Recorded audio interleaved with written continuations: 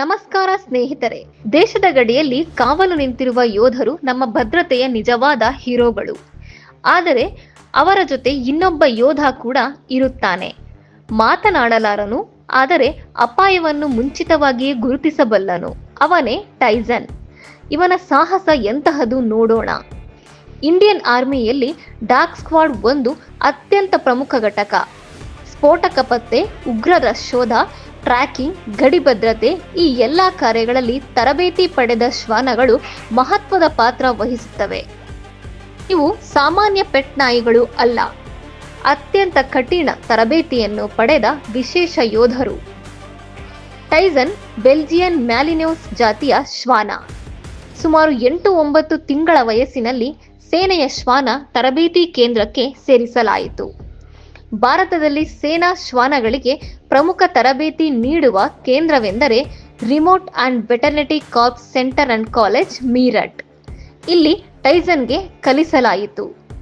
ವಾಸನೆ ಗುರುತಿಸುವ ಕೌಶಲ್ಯ, ಸ್ಫೋಟಕ ಪತ್ತೆ, ಗುಂಡಿನ ಸದ್ದು ನಡುವೆ ಶಾಂತವಾಗಿ ಕಾರ್ಯನಿರ್ವಹಣೆ, ಕಮಾಂಡ್ ಪಾಲನೆ, ಅಪಾಯ ಪ್ರದೇಶಗಳಲ್ಲಿ ಚಲನೆ, ಕಠಿಣ ಪರೀಕ್ಷೆಗಳನ್ನು ಪಾಸ್ ಮಾಡಿ ಟೈಸನ್ ಡ್ಯೂಟಿಗೆ ಆಯ್ಕೆಯಾಯಿತು. ಉಗ್ರ ಚಟುವಟಿಕೆ ಪ್ರದೇಶ ತರಬೇತಿ ನೀಡಿದ ನಂತರ ಟೈಸನ್ ಅನ್ನು ಉಗ್ರ ಚಟುವಟಿಕೆ ಹೆಚ್ಚು ಇರುವ ಪ್ರದೇಶಕ್ಕೆ ನಿಯೋಜಿಸಲಾಯಿತು. ಕಾಡು, ಗುಡ್ಡ ಪ್ರದೇಶ, ಹವಾಮಾನ ವೈಪರೀತ್ಯ ಪ್ರತಿಯೊಂದು ಹೆಜ್ಜೆಯೂ ಅಪಾಯ. ಆದರೂ ಟೈಸನ್ ತನ್ನ ಹ್ಯಾಂಡ್ಲರ್ ಜೊತೆ ಸದಾ ಮುಂಚೂಣಿಯಲ್ಲಿ ಇರುತ್ತಿತ್ತು. ವಿಶೇಷ ಸರ್ಚ್ ಆಪರೇಷನ್ ಗುಪ್ತಚರ ಮಾಹಿತಿ ಆಧಾರವಾಗಿ ಸೇನೆ ಒಂದು ಸರ್ಚ್ ಆಪರೇಷನ್ ಆರಂಭಿಸಿತು.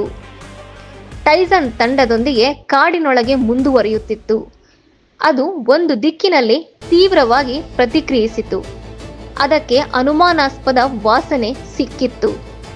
ಸೈನಿಕರು ಎಚ್ಚರಿಕೆಯಿಂದ ಮುಂದಕ್ಕೆ ಸಾಗಿದರು. ಅಷ್ಟರಲ್ಲಿ ಅಡಗಿದ್ದ ಉಗ್ರರಿಂದ ಗುಂಡಿನ ದಾಳಿ ಪ್ರಾರಂಭವಾಯಿತು. ಒಂದು ಗುಂಡು ಟೈಸನ್ನ ಕಾಲಿನ ಭಾಗಕ್ಕೆ ತಗುಲಿತು. ಗಾಯದಿಂದ ಅದು ಕ್ಷಣಕಾಲ ತಡಕಾಡಿತು. ಆದರೆ ಹಿಂದಕ್ಕೆ ಸರಿಯಲಿಲ್ಲ. ನೋವನ್ನು ಲೆಕ್ಕಿಸದೆ ಮುಂದೆ ಸಾಗಿತು. ಅದು ನೇರವಾಗಿ ಉಗ್ರರು ಅಡಗಿದ್ದ ಸ್ಥಳವನ್ನು ಸ್ಪಷ್ಟಪಡಿಸಿತು. ಕಾರ್ಯಾಚರಣೆ ಯಶಸ್ವಿಯಾಗಿ ಟೈಸನ್ ನೀಡಿದ ಸುಳಿವಿನಿಂದ ಸೈನಿಕರು ತಕ್ಷಣ ಪ್ರತಿದಾಳಿ ನಡೆಸಿದರು. ಉಗ್ರರನ್ನು ನಿಷ್ಕ್ರಿಯಗೊಳಿಸಿ ಕಾರ್ಯಾಚರಣೆಯನ್ನು ಯಶಸ್ವಿಯಾಗಿ ಪೂರ್ಣಗೊಳಿಸಿದರು.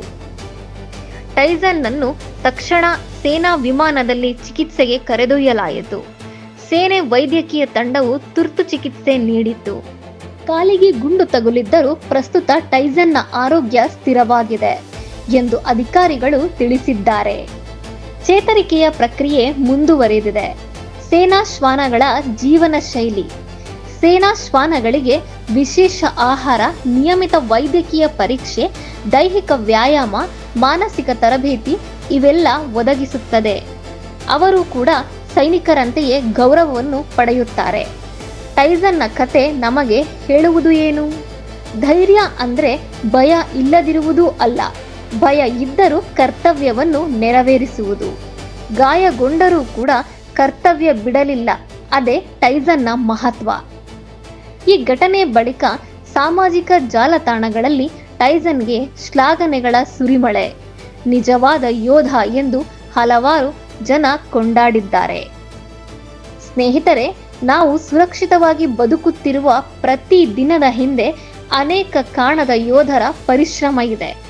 ಅವರಲ್ಲಿ ಒಬ್ಬ ಟೈಸನ್. ಗಾಯಗೊಂಡಿದ್ದರೂ ಕರ್ತವ್ಯ ನೆರವೇರಿಸಿದ ಧೈರ್ಯಶಾಲಿ ಸೇನಾ ಶ್ವಾನಕ್ಕೆ ನಮ್ಮ ಗೌರವ, ನಮ್ಮ ಸಲ್ಯೂಟ್. ನಿಮ್ಮ ಅಭಿಪ್ರಾಯ ಕಮೆಂಟ್ ಮಾಡಿ, ಶೇರ್ ಮಾಡಿ, ಸಬ್ಸ್ಕ್ರೈಬ್ ಮಾಡಿ. ನಮಸ್ಕಾರ.